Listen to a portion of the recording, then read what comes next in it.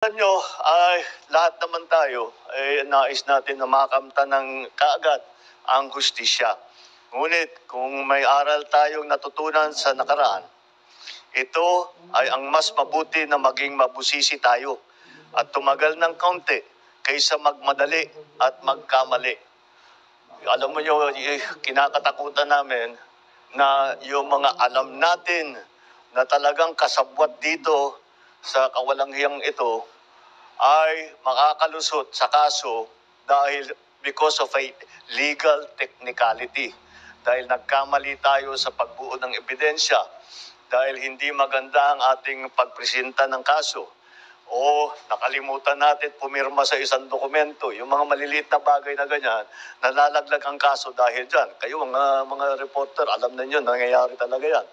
Kaya tinitiyak namin na pagka kami ay sumampa ng kaso, yung kasong yan ay hanggang sa dulo ay matibay ang kaso at kung sino man ang mga guilty ay sila naman talaga ay mananagot at kung kailangan at kung huhusgahan sila ng korte ay makukulong sila. Sa bawat segundo na ating ibinibigay sa investigasyon, tinitiyak natin na ang bawat kasong isasampa laban sa mga abusado ay may sapat na ebidensya at hindi hahantong sa pagbabasura ng kaso. Yun ang pinakamasamang resulta.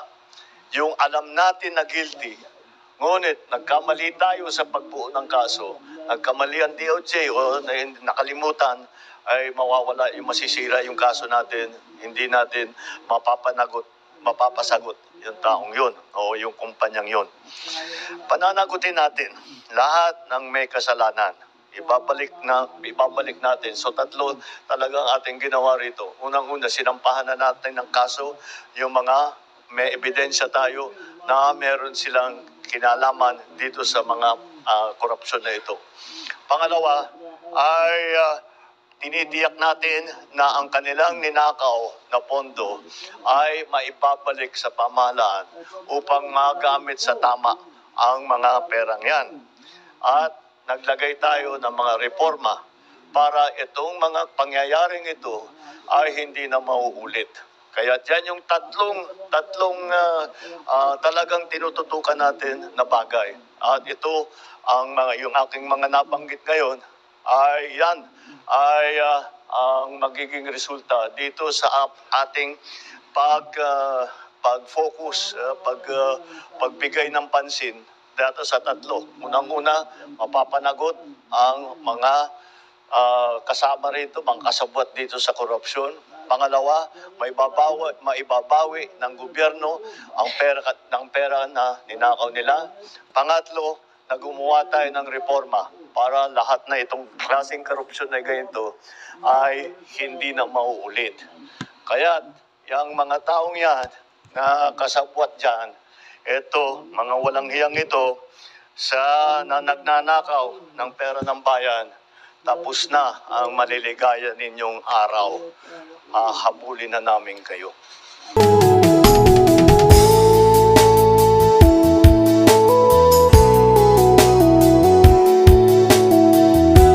Ladies and gentlemen, His Excellency President Ferdinand Marcos Jr. Morning, Mr. President. Thank you. Magandang umaga sa inyong lahat. Tinawag ko kayong lahat ngayong umaga dahil may nagpaalala sa akin na tatlong buwan na ang nakalipas mula nung aking SONA na ating sinimulaan ang pag-imbestiga tungkol sa mga anomalous na flood control project. Kaya ito ay ang aking report sa taong bayan kung ano na ang mga pangyayari mula nung SONA ko at kung ano na ang ginagawa. Dahil siyempre marami dito sa ating ginagawa ay hindi na isa sa publiko. At kaya't nagtatanong ang tao, ano na ba nangyari mula nung SONA? Kaya't isa-isay natin at I will just go through the main points and we will provide you with a briefer with a more detailed explanation after the press conference. No? Meron naman tayong prepare na mas detalyado dito sa aking sasabihin ngayon. So, mula nung matapos ng 2 linggo, mula ng SONA, binuksan na natin yung sumbong sa Pangulo website para makareport ang taong bayan na diretso sa akin. At mula noon, nakatanggap na yung sumbong sa Pangulo website ng more than 20,000 na report na ibinigay. Kaya't marami po sa ating mga naimbestigahan na ay hindi po namin malalaman kung hindi nyo sinumbong sa amin. Napakahalaga ng impormasyon na ibinibigay ng taong bayan sa ating pamahalaan na madaming impormasyon na hindi namin makukuha kung hindi sa inyong sumbong. Kaya ipagpatuloy po ninyo yung inyong pag-report sa amin kapag meron kayong nakita na dapat tignan, dapat imbestigahan, dapat pag-aralan. Noong Agosto ay personal kong na-inspeksyon ang mga iba't ibang flood control project. Napunta ako sa Iloilo, nakapunta ako sa Kalumpit at saka sa Baliwag. At doon maliwanag ay na isang mga halimbawa ng mga flood control project na hindi tinapos o ghost project talaga, hindi man naumpisahan at naging basihan ng ating pagtuloy-tuloy na pag-imbestiga. Noong September 2, nakumpiska ng Bureau of Customs ang 13 luxury vehicle ni Diskaya. At dahil sa irregularity sa importation at sa documentation, itong mga luxury vehicle na ito ay i-auction na. Ang pagkaintindi ko, merong 7 na i-auction next week at saka susunod na yung iba sa susunod na ibang linggo. Sa office naman ng Ombudsman, ano yung ating ginawa para pananagutin itong mga may gumagawa ng kalukuhan. Sa office ng Ombudsman, nakapag-refer na ng reklamo ang DPWH, galing sa DPWH ito, noong September 8 dahil sa mga irregularidad sa 5 proyekto base sa Special Audit Report at Fraud Audit Report ng COA. Mula sa ahensya ng DPWH First District Engineering Office, ang mga sangkot dito sina Henry Alcantara, Bryce Hernandez, JP Mendoza, Paul Jason Duya. Ang mga kinatawan naman sa mga kontratista ang kasabwat nila ay sa St. Timothy Construction, Wawaw Builders at saka Sims Construction Trading. Lahat ng mga pangalan na yan, matagal na nating naririnig. At ngayon ay sila ay napatunayan, nakasabwat dito sa mga ginagawa sa mga flood control project na hindi tama ang pagka-bid, hindi tama ang pagkakontrata, hindi tama ang pagka-implementasyon, hindi tama ang pagbayad. Isang buwan matapos na malunsad yung website, binuo natin ang Independent Commission for Infrastructure. Dahil nalaman natin matindi ang sistema ng korupsyon, hindi lang sa flood control project, kundi pati rin sa ibang proyektong pang-infrastruktura ng gobyerno, kaya ginawa po natin yung ICI. Yung ICI na yan ay para imbestigahan lahat ng infrastructure projects na kailangan tingnan dahil may question kung tama ba ang pagkagawa. At ipapagpatuloy ng ICI yung kanilang na tuloy-tuloy naman ang trabaho ng ICI. Kung maalala ninyo, ICI is investigative. So tuloy-tuloy ang kanilang investigasyon. Kung ano yung finding nila sa investigasyon nila, ipinapasa nila sa DOJ at saka sa Ombudsman. Sa parehong araw, nagsampa ng kaso ang DPWH sa Ombudsman laban sa 20 opisyal ng DPWH ng Bulacan First District Engineering Office at 5 pribadong individual dahil sa paglabag sa Anti-Graft and Corruption Practices and Corrupt Practices Act, Revised Penal Code at Government Procurement Reform Act. Kasama dyan si Henry Alcantara, Bryce Hernandez, JP Mendoza at ang mag-asawang Diskaya. Mula naman noong September 15 hanggang November 5, ang Anti-Money Laundering Council, yung AMLAC, ay nakakuha ng 7 freeze order mula sa Court of Appeals. Sa klaw ng freeze order na ito, ang kabuuang halaga ng 6.3 billion pesos. Nagsimula na ang Solgen na magbuo ng forfeiture case para itong 6.3 billion pesos ay mababawi ng pamahalaan at itong perang ninakaw ay maibabalik sa taong bayan. Sa cloud ng freeze order ito, 6.3 billion. At noong September 18, nakapag-refer tayo muli sa Office of the Ombudsman ng ikalawang batch ng mga kasong kriminal ukol sa 2 maanomaliang proyekto. Ito ang kinakasangkutan ng 6 na opisyal ng DPWH at 2 pribadong kontratista. Andito yata ayan. These are the cases. No? Mula naman noong September 29 hanggang November 6, nagsumiti na ang ICI sa Office of the Ombudsman ng criminal at administrative cases laban sa 37 individual na konektado sa mga maanomaliang FCPs. Kabilang dito mga kasong graft and corruption, malversation, falsification, plunder, paglabag sa Code of Conduct for Public Officers. Samantala, nag-submit din ang DPWH sa Philippine Competition Commission ang 12 kaso ng bid manipulation at bid rigging noong October 3. Kinasasangkutan ng 6 na pribadong kumpanya. Dito pa lang sa mga kasong ito, makakabawi tayo ng 3 hanggang 5 bilyong piso ang penalty na pag sinama-sama natin lahat ng penalty ng lahat ng kaso ng mga bid rigging so far baka meron pang idadagdag diyan sa kasalukuyan pa lang yan ay makakabawi tayo ng 3 to 5 billion pesos in terms of fines.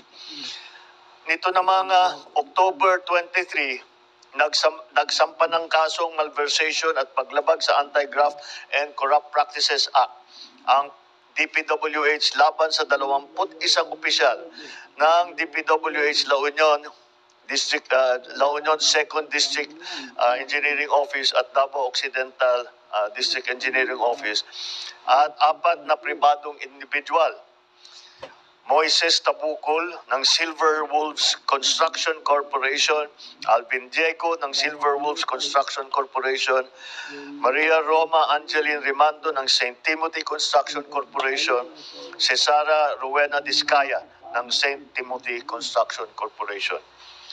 Ang sabi ni Ombudsman Remulla ay meron ding person of interest in the person of Congressman Eric Yap na dating Committee on Appropriations Chairman mula 2019 hanggang 2022. Nito namang November, sinampahan ng DPWH ang 6 na kumpanyang ito na 3 kaso ng bid manipulation at bid rigging. Mula naman November 16, nagsampa naman ang Bureau of Internal Revenue, ang BIR natin, ng 10 kaso sa DOJ laban sa mga opisyal ng DPWH at mga kontraktor. Umaabot sa 8.86 billion pesos ang kanilang tax liabilities. Ito ang mga tax na ang buwis na hindi nila binayaran at nakita ng BIR upon investigation. At ngayon, nakasuhan ngayon sila upang mabawi ang kanilang utang sa gobyerno dahil sa buwis na hindi nila ibinayad at siyempre may mga multa yan dahil sila hindi nagbayad. Ito ay tax liabilities na sangkot sa mga kasong tax evasion at failure to file accurate information. Tinutukan din ng administrasyon ang mga reforma para sa mga ahensya upang matiyak na magagampanan nila ang kanilang mga tungkulin at maiiwasan ang mga anomalya at irregularidad sa mga proyekto. Sa Public Works, sa DPWH, nagpatupad ng blacklisting mula sa mga kontrata ng gobyerno sa lahat ng kontratistang sangkot sa ghost or substandard na mga proyekto. Noong October 23, formal na nakipagtulungan ang ahensya sa AMLAC upang mabantayan at maibalik ang pondo ng bayan na nawala dahil sa korupsyon. Naglabas ito ng special issuance of the construction materials price data noong October 23. Layo nitong pababain ang mga presyo ng mga materyales para sa construction ng mga proyekto ng pamahalaan. Aabot sa 50% ang maibabawas sa presyo upang maiwasan ang overpricing. Dahil talagang titignan natin, market price na ang hindi pwedeng ibahin o baguhin o masyadong malayo sa market price ang mga materyales na ginagamit dito sa mga flood control project at sa mga lahat ng infrastructure project.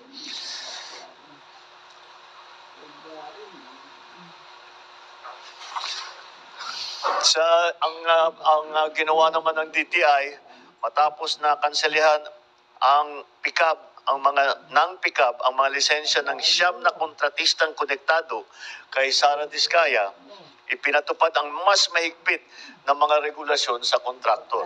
Una-una, napakasimple at nakakapagtaka na ito ay pinabayaan at it was a very strange development na ito ay it was allowed na ipinagbawal na ngayon natin, which is actually bawal naman talaga, pero hindi masyadong hindi ini-enforce.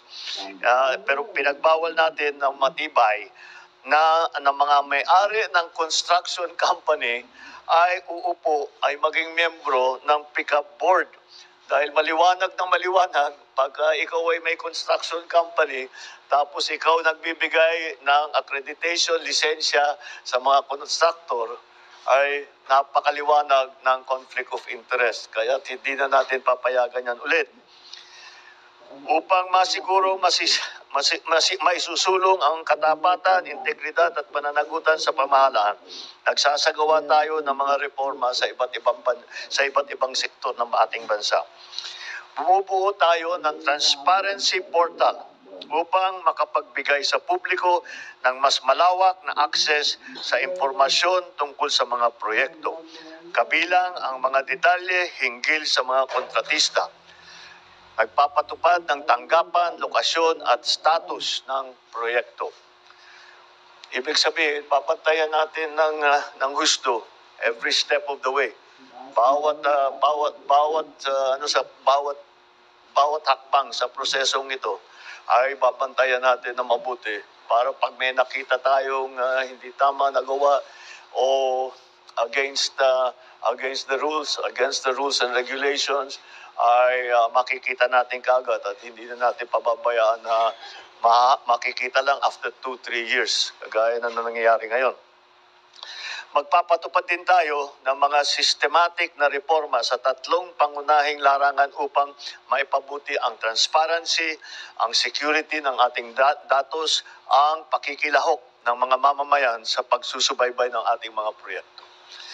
Mga reforma sa design process upang mas mapabuti ang papaplano, maiwasan ang mga risk at masiguro na data-driven ang mga batayan at pagdidisenyo.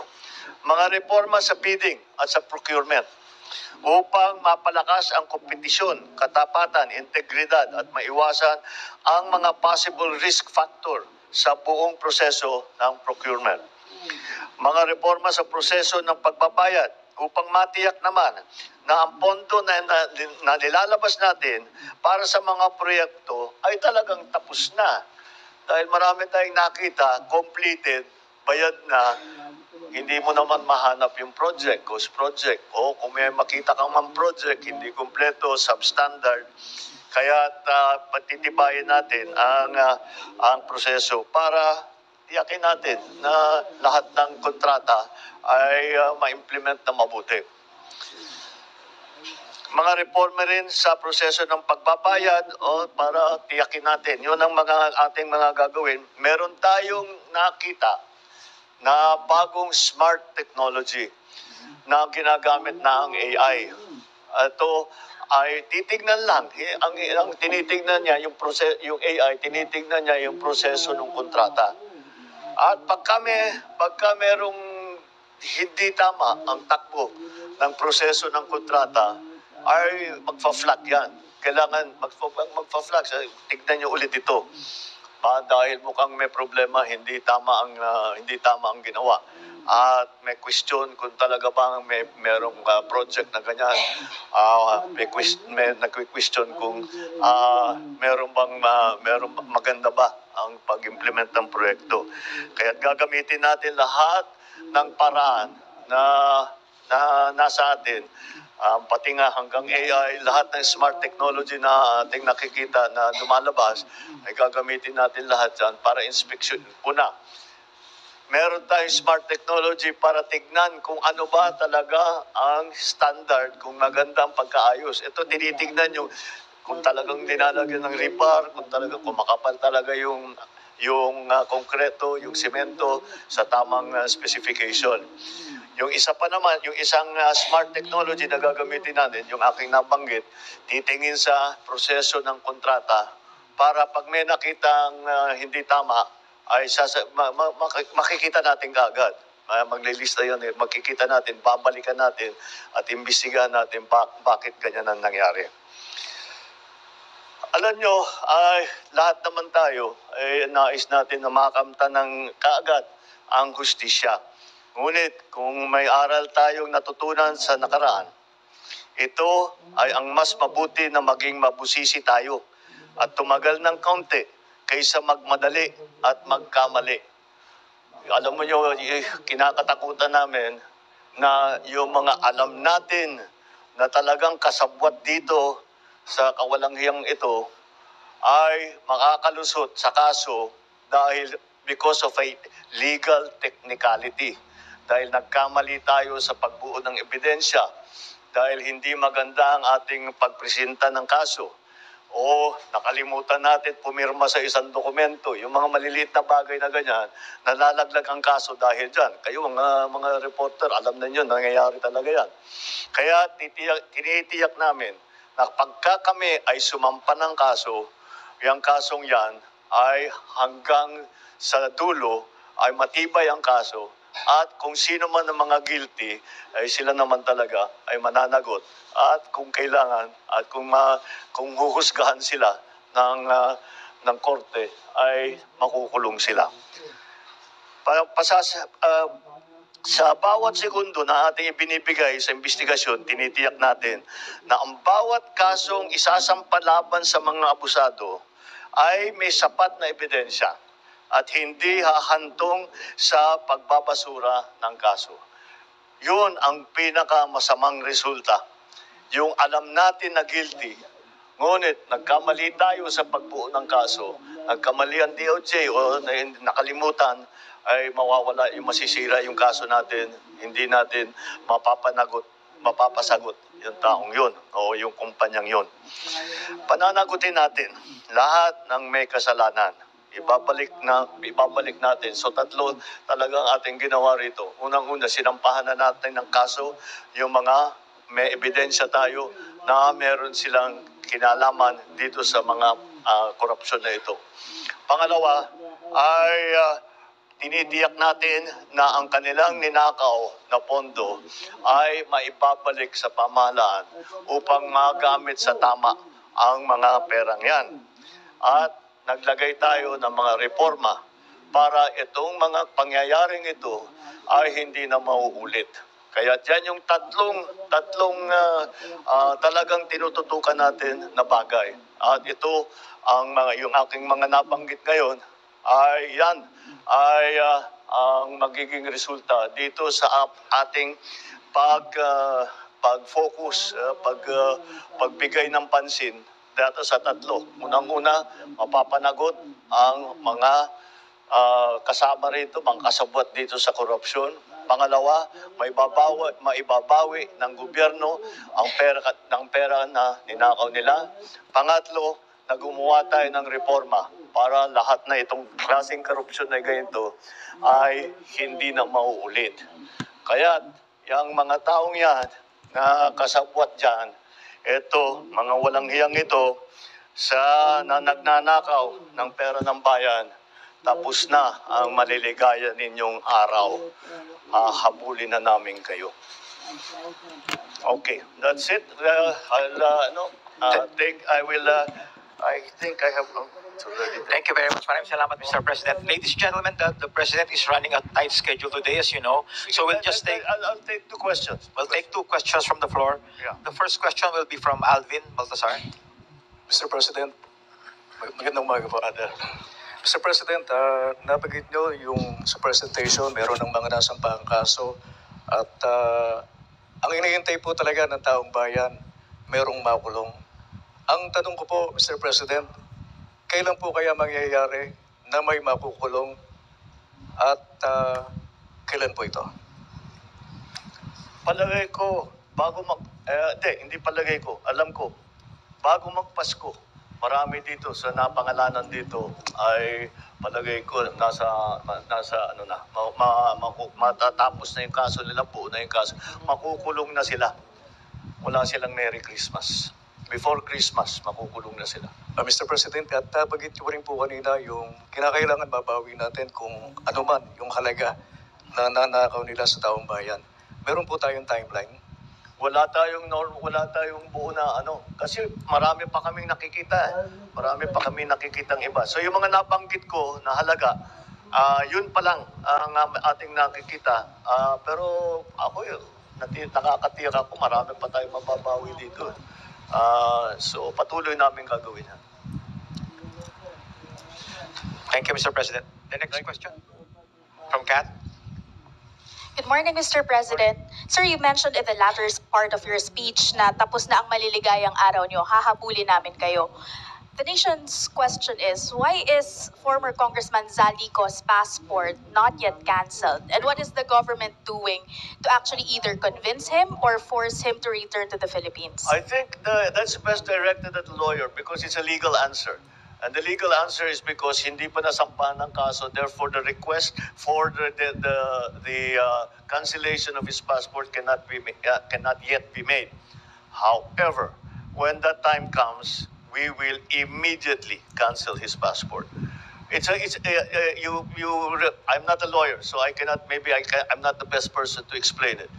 But that's the procedure.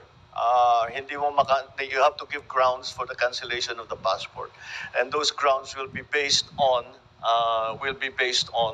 the cases that will be filed against him. Sir, just a follow-up question on that point.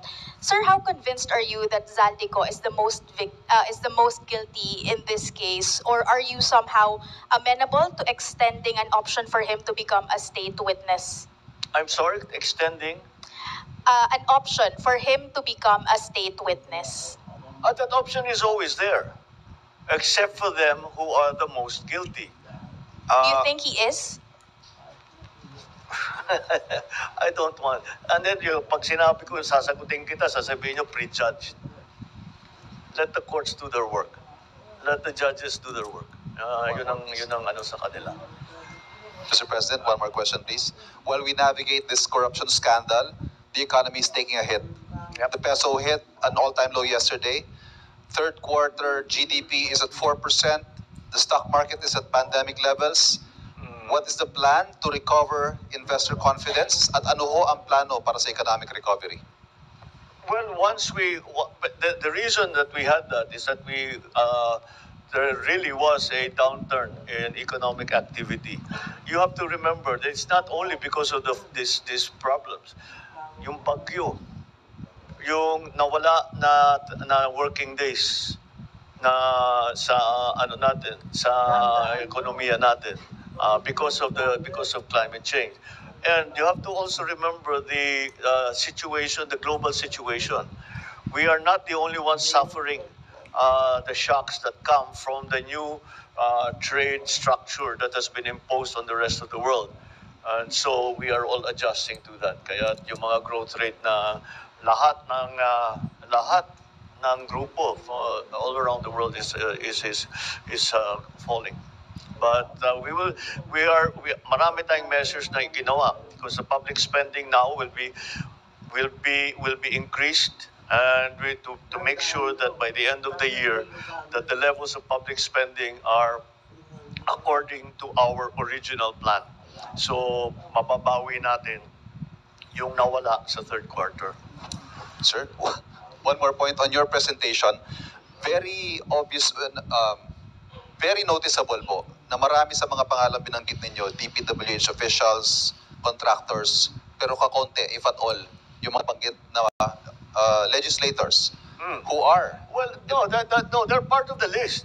We'll give you the complete list. I just didn't go through them because there are like 37 of them.